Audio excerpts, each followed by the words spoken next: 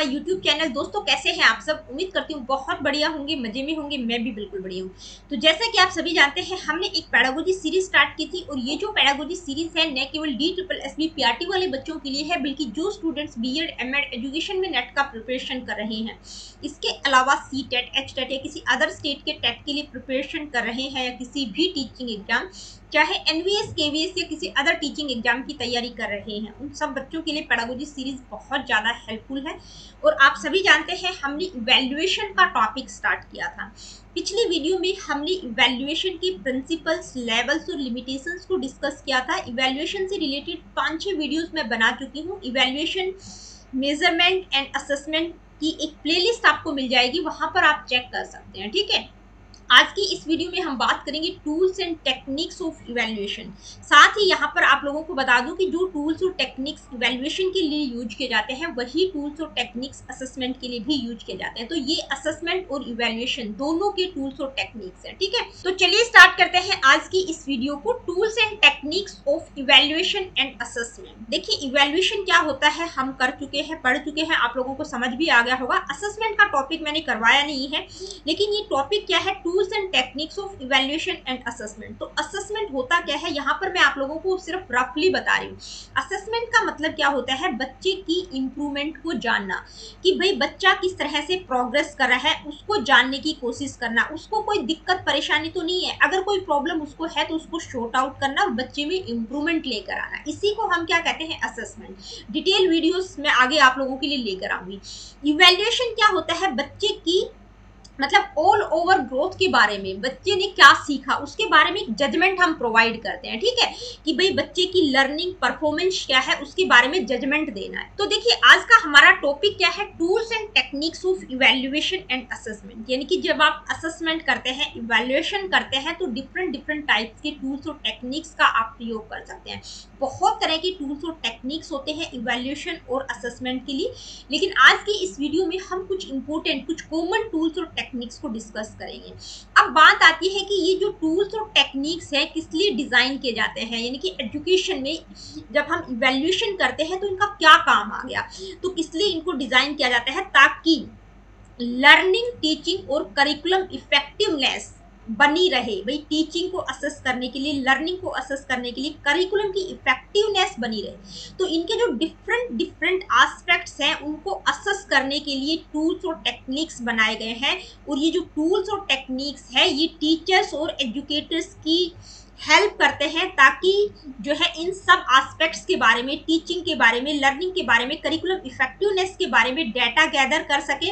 और जो भी डेटा वो इकट्ठा करते हैं उसके आधार पर स्टूडेंट्स की प्रोग्रेस क्या रहेगी, भी बच्चा किस तरह से आगे प्रोग्रेस कर सकता है, कहाँ पर वो मतलब कहाँ पर उसको प्रॉब्लम हो रही है। ठीक है, इंस्ट्रक्शनल स्ट्रेटेजीज को बनाने में और ऑल ओवर प्रोग्राम की इफेक्टिवनेस बनी रहे, उसके बारे में एक इन्फॉर्म डिसीजन प्रोवाइड करते हैं। उसके बारे में आप डिसीजन ले सकते हैं। जो भी एजुकेटर्स होते हैं वो इस टूल्स और टेक्निक से जो डाटा गैदर किया गया है उसके आधार पर, भाई जो भी स्टूडेंट प्रोग्रेस है, इंस्ट्रक्शनल स्ट्रेटेजीज क्या रहेंगी, ऑल ओवर प्रोग्राम को किस तरह से इफेक्टिव बनाया जा सकता है, उसके बारे में डिसीजन लिया जा सकता है। तो आज के इस वीडियो में हम इवैल्यूएशन और असेसमेंट के कुछ कॉमन टूल्स और टेक्निक्स को डिस्कस करेंगे, यानी कि वो टूल्स और टेक्निक्स रहेंगे जो कि कॉमनली यूज किए जाते हैं। ठीक है, तो टूल्स डिफरेंट होते हैं, टेक्निक्स डिफरेंट होती हैं। टूल्स की अगर हम बात करें तो आज की इस वीडियो में ये सारे टूल्स हम वन बाय वन समझेंगे, कि भाई जो चेकलिस्ट है वो क्या होती है, इसका क्या काम होता है, किस तरह से आप इसको यूज करेंगे इवैल्यूएशन करते टाइम। ठीक है, checklist, rating scale, questionnaire, inventory, schedule, anecdotal record, cumulative record, test और पोर्टफोलियो। टेक्निक्स की अगर हम बात करें तो observation, interview, case study, sociometry, projective techniques, examinations, assignment, ये सारी टेक्निक्स रहेंगी। तो ये सारे टूल्स और टेक्निक्स हम वन बाय वन डिस्कस करेंगे। सबसे पहले हम टूल्स को डिस्कस करेंगे, तो सबसे पहले हम बात करते हैं चेकलिस्ट की। अब चेकलिस्ट की अगर हम बात करें तो यानी कि बच्चे का जो भी स्पेसिफिक बिहेवियर या स्किल है उसके बारे में आप एक लिस्ट तैयार कर सकते हैं। जो चेकलिस्ट होती है वो हमेशा यस और नो में होती है, या तो आंसर यस आएगा, जो भी क्वेश्चंस होंगे वो यस और नो में होते हैं। जैसे एग्जांपल के तौर पर अगर हम बात करें, मान लीजिए एक टीचर ने किसी पर्टिकुलर बच्चे को ऑब्जर्व किया, ऑब्जर्वेशन के आधार पर वो एक लिस्ट तैयार कर सकती है कि क्या ये बच्चा क्लास में रेगुलर आता है, यस या नो, जो भी आंसर होगा। क्या ये डिसिप्लिन में रहता है, क्या ये यूनिफॉर्म में आता है, यस या नो, ठीक है। क्या ये पार्टिसिपेट करता है एक्टिविटीज में, यस या नो। तो इस तरह के क्वेश्चंस के आधार पर बच्चे की बिहेवियर के बारे में आप जान सकते हैं, या किसी पर्टिकुलर स्किल के बारे में आप जानना चाहते हैं तो वो आप उसके बारे में एक लिस्ट तैयार कर सकते हैं। जैसे एक प्रोजेक्ट, कोई साइंस का प्रोजेक्ट बच्चों ने बनाया, तो जैसे अलग अलग पार्ट्स होते हैं प्रोजेक्ट के, हाइपोथेसिस हो गया, एक्सपेरिमेंट हो गया, कंक्लूजन। तो आप बच्चे ने हाइपोथेसिस बनाया है, यस या नो, बच्चे ने एक्सपेरिमेंट वाला पार्ट किया है, यस या नो, कंक्लूजन उसने लिखा है, यस या नो, ठीक है। उसके आधार पर वो मार्क्स भी डिसाइड कर सकती है। तो चेकलिस्ट हमेशा यस और नो में होती है। नेक्स्ट टूल है रेटिंग स्केल। देखिए रेटिंग स्केल में क्या होता है, किसी को रेट करना, ठीक है, रेट देना, यानी कि इसमें जो इवेल्युएटर होता है वो क्या करता है, टू असेस द डिग्री और quality of certain characteristics, behaviours और स्किल्स, यानी कि किसी की बिहेवियर, स्किल्स की, कैरेक्टरिस्टिक्स की क्वालिटी क्या है उसके बारे में आप रेट कर रहे हैं। जैसे एक एग्जांपल से समझते हैं, मान लीजिए आज की डेट में हम सब ऑनलाइन शॉपिंग करते हैं। जब आप शॉपिंग करते हो, आपका प्रोडक्ट डिलीवर हो जाता है, तो उसके बाद आपके पास एक ऑप्शन आता है, एक मैसेज आता है कि भाई इस प्रोडक्ट के बारे में आप रेट कीजिए, आपको हमारी डिलीवरी कैसी लगी, हमारा प्रोडक्ट कैसा था, आप रेट कीजिए। तो जैसे ऑप्शन आता है 1 to 5 स्टार, ठीक है। अगर आपको बिल्कुल भी अच्छा नहीं लगा, उनका प्रोडक्ट अच्छा नहीं लगा, उनकी डिलीवरी अच्छी नहीं लगी, तो आप 1 स्टार दे सकते हो। बहुत अच्छा लगा, आप 5 स्टार दे सकते हो। तो नंबर्स का भी हम प्रयोग कर सकते हैं, या हम वर्ड्स के थ्रू भी बता सकते हैं कि भाई आपका जो प्रोडक्ट था बहुत अच्छा था या बिल्कुल भी अच्छा नहीं था, ठीक है। तो जो स्केल होता है वो कैसा होता है, लो टू हाई होता है, यानी कि 1 to 5 तक नंबर्स होते हैं। अगर आपको अच्छा लगा तो आप 5 स्टार दे सकते हैं, आपको बिल्कुल अच्छा नहीं लगा तो आप 1 स्टार भी दे सकते हैं, 2 स्टार भी दे सकते हैं। अब जैसे एक टीचर है, वो बच्चों का क्लास पार्टिसिपेशन को इवेल्युएट करना चाहती है कि भाई क्लास में उनका पार्टिसिपेशन कैसा है। अगर वो रेयरली पार्टिसिपेट करते हैं तो आप उसको 1 दे देंगे, 1 स्टार दे सकते हैं, ठीक है। अगर वो कंसिस्टेंटली पार्टिसिपेट कर रहा है तो आप उसको 5 भी दे सकते हैं, यानी कि आप रेट कर रहे हैं कि भाई उसका किस तरह का पार्टिसिपेशन है, अच्छा है, बहुत अच्छा है तो आप 5 दे देंगे, कम है, बहुत कम है तो आप 1 भी दे देंगे। इसके बाद नेक्स्ट है क्वेश्चन ईयर। क्वेश्चन ईयर का मतलब होता है प्रश्नावली, ठीक है। हिंदी में हम इसको क्या कहते हैं, प्रश्नावली। प्रश्नावली का मतलब अ सीरीज ऑफ क्वेश्चंस। इसमें क्या होता है, रिटन क्वेश्चंस होते हैं जिसके थ्रू आप इंफॉर्मेशन गैदर करते हैं, ठीक है। मतलब बच्चे के बारे में जो भी इंफॉर्मेशन लेना चाह रहे हैं वो क्वेश्चंस के थ्रू करेंगे। अब जो क्वेश्चंस होते हैं भाई, वो क्लोज एंडेड क्वेश्चंस भी हो सकते हैं और ओपन एंडेड क्वेश्चंस भी हो सकते हैं। दोनों तरह के क्वेश्चंस आप इंक्लूड कर सकते हैं प्रश्नावली के अंतर्गत। इनकी ओपन एंडेड में क्या होता है, आप खुलकर रिस्पॉन्स दे सकते हैं, बिल्कुल डिटेल में आप बता सकते हैं। क्लोज एंडेड में क्या होता है, आपसे एमसीक्यूज टाइप के क्वेश्चंस पूछे जाएंगे जिसमें से आपको एक को चूज करना होगा, ठीक है। तो क्वेश्चन ईयर भी एक टूल है इवैल्यूएशन का, यानी कि क्वेश्चंस के थ्रू आप बच्चे को इवैल्यूएट कर रहे हो। नेक्स्ट टूल है इन्वेंट्री। इन्वेंट्री का मतलब होता है अनुसूची, यानी कि आप इन्वेंट्री बना सकते हैं, एक सूची तैयार कर सकते हैं। ये क्या करती है, कॉम्प्रिहेंसिव इंफॉर्मेशन प्रोवाइड करती है कि भी बच्चे का एटीट्यूड, बिहेवियर, स्किल्स और नॉलेज क्या है, ठीक है। उनके बारे में आप एक लिस्ट, एक सूची तैयार कर सकते हैं कि भाई बच्चे का बिहेवियर क्या है, एटीट्यूड, उसकी स्किल्स क्या क्या है। जैसे लर्निंग स्टाइल इन्वेंट्री अगर आपको बनानी है तो बच्चा किस तरह से, कौन सी मेथड से बहुत अच्छे से सीखता है। विजुअल मेथड्स के द्वारा वो अच्छे से सीखता है, ऑडिटरी या काइनेस्थेटिक मेथड्स के द्वारा बहुत अच्छे से वो सीखता है। तो एक पूरी की पूरी क्या बनाएंगे, एक इन्वेंट्री बना सकते हैं। अब बिजनेस के फील्ड में भी, यानी कि जो बिजनेसमैन है, कैंटीन वेंटीन में जो काम चलता है, तो वहां पर भी एक इन्वेंट्री तैयार की जाती है, एक लिस्ट बनाई जाती है, एक सूची तैयार की जाती है कि भाई स्टॉक में कितना सामान है, कितना आउट हो गया, रॉ मटेरियल कितना था, ठीक है, कितनी की सेल हुई, कितना हमने खरीदा, कितना श्रिंकेज हो गया। तो वो सारी की सारी एक सूची तैयार की जाती है, एक इन्वेंट्री बनाई जाती है। तो इवैल्यूएशन, एजुकेशन के फील्ड में जब आप इवैल्यूएट करते हैं बच्चे को, तो वहां पर बच्चे की पूरी डिटेल बना सकते हैं, एक सूची तैयार कर सकते हैं। नेक्स्ट टूल है शेड्यूल। देखिए शेड्यूल क्या होता है, शेड्यूल का मतलब आपने एक प्रॉपर शेड्यूल बनाया है। जैसे अगर हम इंटरव्यू लेते हैं किसी का तो उसका एक प्रॉपर शेड्यूल बनाते हैं, ठीक है, कि बच्चे से किस तरह से क्वेश्चंस पूछेंगे, ठीक है, इस टॉपिक से रिलेटेड कितने क्वेश्चंस रहेंगे, दूसरे टॉपिक से रिलेटेड कितने क्वेश्चंस रहेंगे, तो उसका पूरा का पूरा शेड्यूल रहता है। इसी तरह से आप कोई किट्टी पार्टी ऑर्गेनाइज कर रहे हैं, कोई गेम का है इवेंट है, या कोई भी इवेंट आप ऑर्गेनाइज कर रहे हैं, तो हर एक का आप शेड्यूल बनाएंगे, ठीक है। जैसे गेम भी जो लोग ऑर्गेनाइज करते हैं, जैसे बड़े बड़े टूर्नामेंट वगैरह होते हैं वो ऑर्गेनाइज करते हैं, तो उनकी प्रॉपर शेड्यूल्स बने होते हैं कि इस टाइम पीरियड पर सुबह 10:30 बजे अंडर 13 वाले बच्चों का गेम होगा, ठीक है, कौन कौन से बच्चे रहेंगे, इसके बाद इतने बजे दूसरे बच्चों का गेम रहेगा। तो क्या है, एक प्रॉपर शेड्यूल बनाना। कोई किट्टी पार्टी आप ऑर्गेनाइज कर रहे हैं, कोई इवेंट आप ऑर्गेनाइज कर रहे हैं, तो जो गेस्ट होगा वो इतने बजे आएगा, उसके बाद मतलब टी टाइम रहेगा, स्नैक्स का टाइम रहेगा, लंच रहेगा, उसके बाद डिनर, जो भी मतलब प्रॉपर शेड्यूल बनाना। कहने का मतलब है इसी तरह से बच्चे के बारे में भी जो भी इंफॉर्मेशन आप गैदर करते हैं तो उसका भी एक प्रॉपर शेड्यूल आप बना सकते हैं कि भाई जैसे अटेंडेंस और पार्टिसिपेशन इन क्लासरूम एक्टिविटीज, बच्चे की अटेंडेंस का शेड्यूल बना सकते हैं, क्लासरूम एक्टिविटीज में वो किस तरह से पार्टिसिपेट कर रहा है, ठीक है, वीकली शेड्यूल बना सकते हैं, मंथली शेड्यूल बना सकते हैं। तो एक शेड्यूल क्या है, इवैल्यूएशन का टूल है।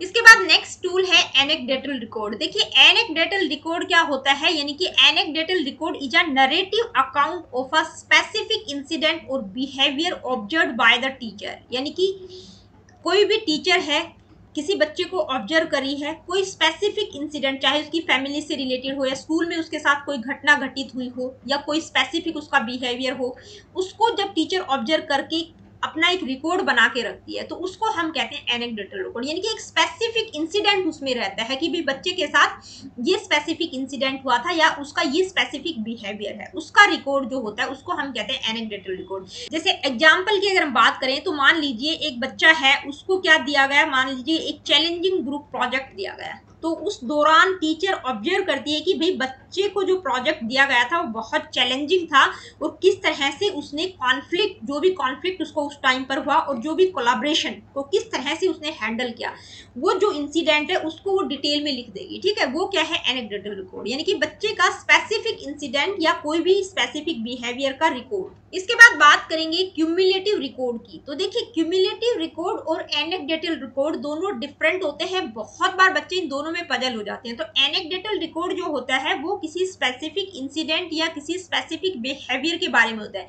यानी कि किसी टीचर ने बच्चे के बारे में कोई स्पेसिफिक इंसिडेंट, चाहे उसकी फैमिली से रिलेटेड हो, उसकी पर्सनल लाइफ से रिलेटेड हो या उसके स्कूल से रिलेटेड हो, जो भी इंसिडेंट है कोई स्पेसिफिक इंसिडेंट के बारे में रिकॉर्ड बना देना, ठीक है, या किसी स्पेसिफिक बिहेवियर को टीचर ने ऑब्जर्व किया उसके बारे में डिटेल इंफॉर्मेशन, किसी इंसिडेंट या बिहेवियर के बारे में बात की जाती है, किसी पर्टिकुलर इंसिडेंट। लेकिन जो क्यूमुलेटिव रिकॉर्ड होता है वो कॉम्प्रिहेंसिव रिकॉर्ड होता है, यानी कि किसी भी स्टूडेंट की एकेडमिक परफॉर्मेंस, बिहेवियर और कोई दूसरी रेलिवेंट इंफॉर्मेशन होती है उसके बारे में कॉम्प्रिहेंसिव, एक होलिस्टिक व्यू प्रोवाइड करता है। मान लीजिए एक बच्चा फर्स्ट क्लास से लेकर 12th तक एक ही स्कूल में पढ़ता है तो उसका जो क्यूमुलेटिव रिकॉर्ड होगा वो कॉम्प्रिहेंसिव होगा, मतलब सारी की सारी डिटेल स्कूल से आपको बच्चे के बारे में मिल जाएंगी कि भाई वो बच्चा कैसा था, उसके ग्रेड्स, अटेंडेंस, डिसिप्लिन, कोई उसने गलत काम तो नहीं किया, एक्स्ट्रा करिकुलर एक्टिविटीज में वो कैसा था, पूरी की पूरी डिटेल इंफॉर्मेशन। यानी कि एकेडमिक कैरियर के दौरान, एजुकेशन कैरियर के दौरान उसने क्या क्या किया, यानी कि जब भी वो स्कूल में था उसका पूरा का पूरा रिकॉर्ड, फर्स्ट क्लास से लेकर 12th तक का पूरा रिकॉर्ड होता है क्यूमुलेटिव रिकॉर्ड में। इसके बाद बात करेंगे टेस्ट की। तो देखिए जो टेस्ट होते हैं, यानी कि टेस्ट को हम हिंदी में क्या कहेंगे, परीक्षण होते हैं। तो ये जो टेस्ट होते हैं ये फॉर्मल टूल्स होते हैं जिनके द्वारा किसी स्पेसिफिक सब्जेक्ट एरिया में बच्चे की नॉलेज, स्किल्स और एबिलिटीज को मेजर करने के लिए इनका प्रयोग किया जाता है। अब ये जो टेस्ट होते हैं ये स्टैंडर्डाइज भी होते हैं और टीचर मेड भी होते हैं। अब स्टैंडर्डाइज टेस्ट का प्रयोग कब किया जाता है, यानी कि किसी स्पेसिफिक एरिया को मेजर करने के लिए, बच्चे का जैसे इंटेलिजेंस लेवल आपको चेक करना है, आईक्यू जानना है, तो उसके लिए बहुत तरह की इंटेलिजेंस टेस्ट बनाए गए हैं, जैसे स्टैनफोर्ड बीने टेस्ट, वेस्लर टेस्ट, जलोटा का मानसिक परीक्षण हो गया, अलग अलग टेस्ट बनाए गए हैं इंटेलिजेंस के लिए। पर्सनैलिटी के लिए अलग टेस्ट बनाए गए हैं, जैसे रोसा का स्याही धब्बा परीक्षण हो गया, ठीक है, इंक ब्लॉट टेस्ट हो गया और थीमेटिक एप्रिसिएशन टेस्ट हो गया, अचीवमेंट से रिलेटेड अलग टेस्ट बनाए गए हैं। तो ये सारे क्या है, स्टैंडर्डाइज हैं, जो कि स्पेसिफिक सब्जेक्ट एरिया को मेजर करते हैं कि भाई बच्चे का आईक्यू जानना है, बच्चे की पर्सनैलिटी के बारे में जानना है, अचीवमेंट के बारे में जानना है। जो दूसरे टेस्ट होते हैं वो क्या होते हैं, वो टीचर मेड होते हैं, जो कि समेटिव इवैल्यूएशन के लिए यूज किए जाते हैं। मान लीजिए आप का पूरे साल का क्या प्रोग्रेस रहा, समेटिव का मतलब जो साल के लास्ट में हम प्रोग्रेस को मेजर करते हैं, उसको हम समेटिव इवैल्यूएशन कहते हैं। तो समेटिव इवैल्यूएशन के लिए टीचर खुद टेस्ट बनाती है। मान लीजिए आपके पेपर होने हैं, तो जो पेपर टीचर तैयार करती है वो क्या होता है, टीचर मेड टेस्ट होता है। इसके बाद बात करेंगे पोर्टफोलियो। तो देखिए पोर्टफोलियो क्या होता है, a systematic collection of a students work gathered over time that demonstrates there learning progress, achievements and skills. यानी कि बच्चे के बारे में एक पोर्टफोलियो बना लेना, एक कलेक्शन बना लेना, बच्चे ने कौन कौन से अच्छे काम किए, उसके अचीवमेंट्स के बारे में, लर्निंग प्रोग्रेस के बारे में, उसकी एक्टिविटीज के बारे में, उसके प्रोजेक्ट असाइनमेंट, मतलब जो भी अच्छा काम उसने किया उन सारी चीजों का एक कलेक्शन बना देना, एक फाइल तैयार कर लेना, वो होता है पोर्टफोलियो। तो ये कुछ कॉमन टूल्स इवैल्यूएशन और असेसमेंट के हमने डिस्कस किए। अब हम बात करेंगे टेक्निक्स कौन कौन सी रहेंगी असेसमेंट और इवैल्यूएशन की। तो ये जितने भी टूल्स थी वो हम समझ चुके हैं। फिर भी कोई किसी प्रकार का क्वेश्चन आपका हो तो आप मुझे कमेंट करके बता सकते हैं। अब हम बात करेंगे टेक्निक्स की। तो ये सारी की सारी टेक्निक्स हम वन बाय वन डिस्कस करेंगे, लेकिन यहाँ पर जो मैं बात बताने जा रही हूँ उसको बहुत ध्यान से समझिएगा। कहने का मतलब ये है कि भाई ये जितनी भी टेक्निक्स हैं इनके लिए, मान लीजिए ऑब्जर्वेशन एक टेक्निक है, तो हर टेक्निक के लिए किसी ना किसी पर्टिकुलर टूल की आवश्यकता पड़ेगी। उसके लिए आप कोई भी टूल यूज कर सकते हैं जो आपको सूटेबल लगता हो। मान लीजिए जैसे ऑब्जर्वेशन है, ऑब्जर्वेशन क्या है, एक टेक्निक है कि टीचर बच्चों को ऑब्जर्व करे। आप ऑब्जर्व करने के भी अलग अलग तरीके हैं। आप बहुत टाइम से टीचर जो है एक पर्टिकुलर बच्चे को ऑब्जर्व कर रही है, उसने देखा कि भाई ये बच्चा रेगुलर आता है, डिसिप्लिन में रहता है, पंक्चुअल रहता है कि नहीं, क्लासरूम एक्टिविटीज में पार्टिसिपेट करता है कि नहीं, क्वेश्चंस का आंसर देता है कि नहीं। तो टीचर ने ऑब्जर्व किया, उस बच्चे के बिहेवियर को वो ऑब्जर्व कर रही है, लेकिन उस रिकॉर्ड को रखने के लिए किसी पर्टिकुलर टूल की आवश्यकता पड़ेगी। भाई वो रिकॉर्ड भी तो बनाएगी, ऑब्जर्व करके वो अपने तक सीमित नहीं रख सकती, उसको आगे भी दिखाना होगा, ठीक है। तो उन्होंने जो भी ऑब्जर्व किया है उसके लिए वो क्या करेगी, किसी न किसी टूल का सहारा लेगी। तो ये जितनी भी टेक्निक्स हम डिस्कस करेंगे, इन टेक्निक्स के लिए किसी ना किसी पर्टिकुलर टूल की आवश्यकता पड़ेगी। बिना टूल के ये जो टेक्निक्स है वो यूजलेस है, अधूरी है, ठीक है। कहने का मतलब ये है, अब टीचर जब ऑब्जर्व कर रही है, मान लीजिए किसी पर्टिकुलर बच्चे के व्यवहार को उन्होंने ऑब्जर्व किया, तो उसके लिए वो कौन सा टूल यूज कर सकती है, भाई वो चेकलिस्ट बना सकती है, रेटिंग स्केल का प्रयोग कर सकती है, रेट दे सकती है बच्चे के व्यवहार के बारे में कि भाई वो जैसे क्लासरूम एक्टिविटीज में रेयरली पार्टिसिपेट करता है या कंसिस्टेंटली पार्टिसिपेट करता है। इसके अलावा वो चेकलिस्ट बना सकती है, यानी कि यस और नो वाले क्वेश्चंस वो ले सकती है कि बच्चा क्लास में डेली आता है, पंक्चुअल है, यस और नो, डिसिप्लिन में रहता है, क्लासरूम एक्टिविटीज में पार्टिसिपेट करता है, यस और नो। चेकलिस्ट का प्रयोग कर सकती है। किसी पर्टिकुलर इंसिडेंट को टीचर ने रिकॉर्ड किया, ऑब्जर्व किया, उसके लिए वो एनेक्डोटल रिकॉर्ड का भी सहारा ले सकती है। तो कहने का मतलब है कि भाई ये जितनी भी टेक्निक्स हम डिस्कस करेंगे उनके लिए किसी ना किसी पर्टिकुलर टूल की आवश्यकता पड़ेगी। बिना टूल के ये जो टेक्निक्स है वो यूजलेस है, अधूरी है। इसके बाद बात करेंगे इंटरव्यू। तो इंटरव्यू क्या है, इंटरव्यू एक ऐसी टेक्निक होती है जिसमें जो इवैल्यूएटर होता है वो क्या करता है, जो भी सब्जेक्ट है उसके एक्सपीरियंसेस, थॉट्स, फीलिंग को जानने के लिए इंफॉर्मेशन गैदर करता है। तो बहुत तरह के क्वेश्चंस वो सामने वाले से, सब्जेक्ट से पूछता है। भाई जो भी इंटरव्यू दे रहा है उससे बहुत तरह के क्वेश्चंस पूछता है।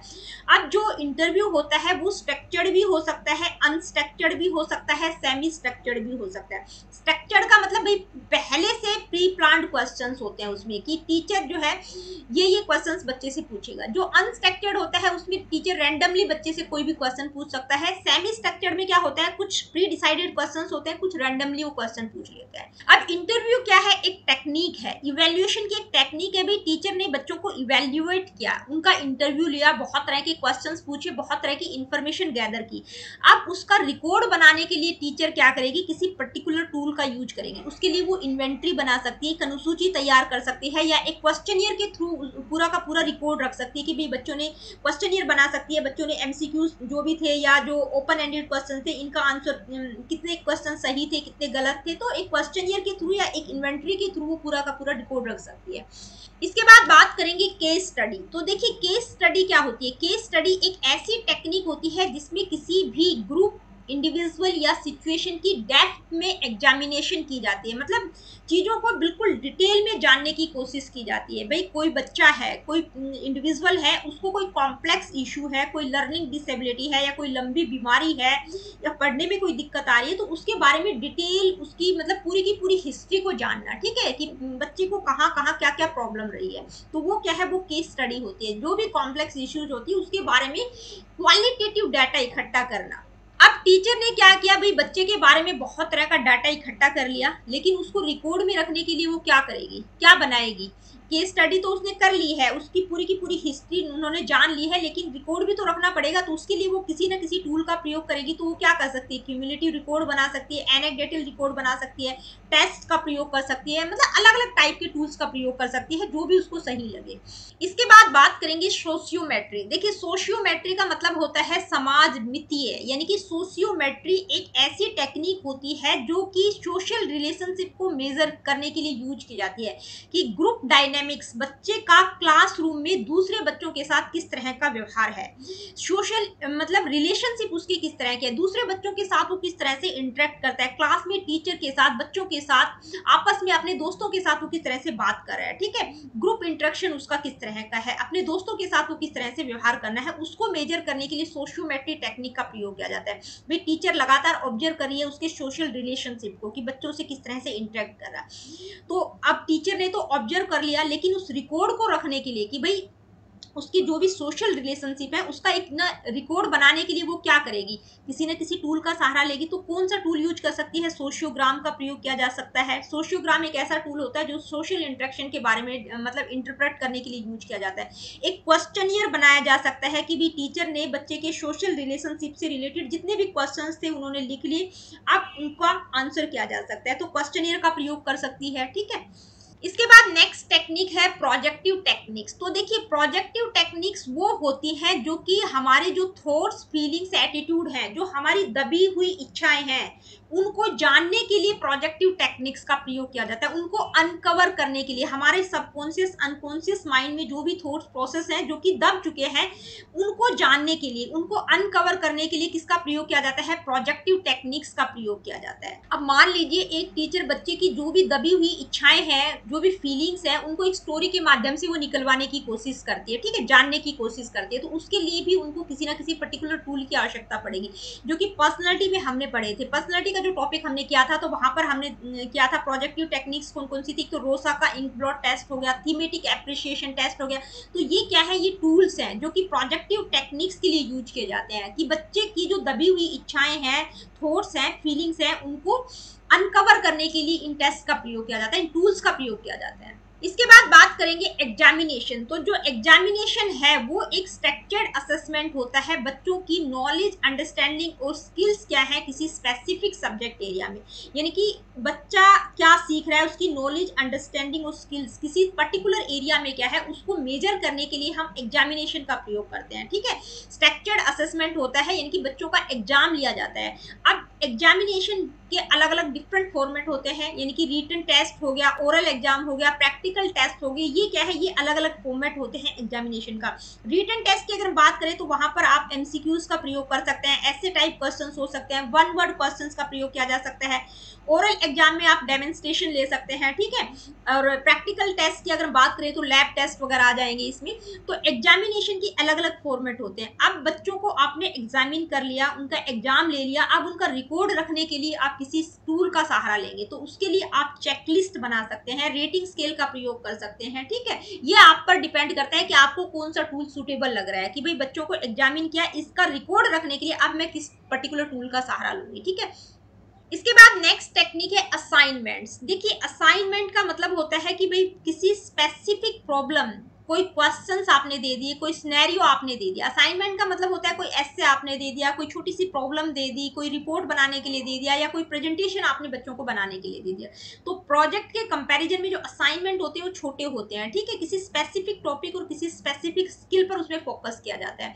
अब असाइनमेंट के थ्रू आपने बच्चों को जज कर लिया, ठीक है, चेक कर लिया है, लेकिन असाइनमेंट के थ्रू जो भी आपने चेक किया है उसका रिकॉर्ड रखने के लिए आप किसी टूल का सहारा लेंगे। तो जो भी आपने चेक किया है उसके लिए आप एक चेकलिस्ट बना सकते हैं, कि भाई बच्चे ने जो असाइनमेंट में जो भी उसने किया है, कुछ क्वेश्चंस के थ्रू आप उसको चेक कर सकते हैं। उसके बारे में आप रेटिंग दे सकते हैं, रेटिंग स्केल का प्रयोग कर सकते हैं। जो भी असाइनमेंट उन्होंने अच्छा बनाया है, बहुत अच्छा बनाया है, ये बिल्कुल भी अच्छा नहीं बनाया, तो अलग अलग टूल का आप प्रयोग। तो ये इवेल्युएशन और असेसमेंट की कुछ टेक्निक्स को हमने डिस्कस किया। यहाँ पर दोबारा से आप लोगों को बताना चाहूंगी कि जितनी भी इवेल्युएशन और असेसमेंट की टेक्निक्स हमने डिस्कस की है, हर एक के लिए किसी ना किसी पर्टिकुलर टूल का सहारा लेना पड़ेगा। बिना टूल के टेक्निक जो है यूजलेस है, अधूरी है। टूल क्या है, टूल अपने आप में इंडिपेंडेंट है, लेकिन जो टेक्निक्स है वो टूल्स पर डिपेंड है। टेक्निक के लिए आपको टूल का सहारा लेना ही लेना पड़ेगा, ठीक है। अब हम इस टॉपिक से रिलेटेड कुछ इंपॉर्टेंट एमसीक्यूज को डिस्कस करेंगे। Let me see what is the first question. Which of the following evaluation tools is primarily designed to assess the presence or absence of specific criteria in a simple yes or no format? देखिए कौन से evaluation tool का प्रयोग करेंगे presence और absence को describe करने के लिए, यानी कि सिंपली यस और नो फॉर्मेट के लिए हम कौन से टूल का प्रयोग करते हैं?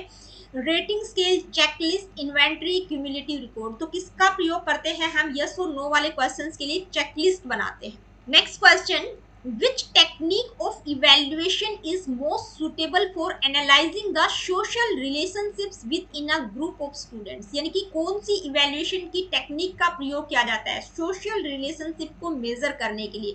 तो सोशल रिलेशनशिप के लिए कौन सी टेक्निक अभी हमने पढ़ी थी? Case study, sociometry, projective techniques या ऑब्जर्वेशन? तो सोशियोमेट्री का हम प्रयोग करते हैं, जस्ट अभी हम पढ़ के आए ही हैं। Next question, what is the main purpose of using an anecdotal record in educational evaluation? देखिए anecdotal record का educational evaluation में main purpose क्या है? To provide a quantitative assessment of student progress, यानी कि quantitative assessment के लिए इसका प्रयोग किया जाता है।